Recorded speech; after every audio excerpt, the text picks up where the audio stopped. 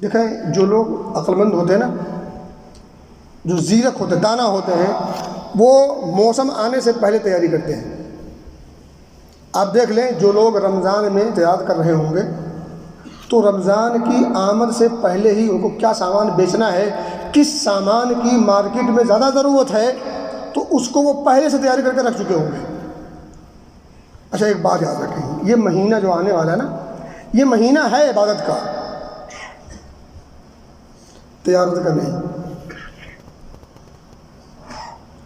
ہاں یہ تجارت کا مہینہ ہے، لیکن کون سی تجارت؟ اخروی تجارت۔ جو لوگ تجارت کرتے ہیں وہ عموماً اس مہینے میں، یعنی آنے والا مہینہ رمضان، اس مہینے میں عموماً تجارت کو فوکس کرتے ہیں۔ ان کو روزے سے کوئی خاص غرض نہیں ہوتی، تلاوت قرآن سے کوئی خاص تعلق نہیں ہوتا، اور دیگر عبادات پر ان کو فوکس اور توجہ نہیں دیتے۔ کیوں؟ کیونکہ وہ پھنسے ہوئے ہیں تجارت میں۔ مہینہ ہے بھی ڈھونڈ لو پیسے، اور بیچارے کے پاس ٹائم ہی نہیں ہے کیونکہ تجارت میں مشغول و مگن ہے۔ تو یہ مہینہ جو آنے والا ہے وہ عبادت کا مہینہ ہے، تجارت کا نہیں۔